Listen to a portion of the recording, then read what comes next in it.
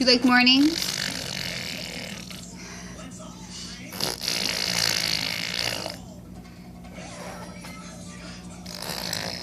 Mila, what do you think about mornings?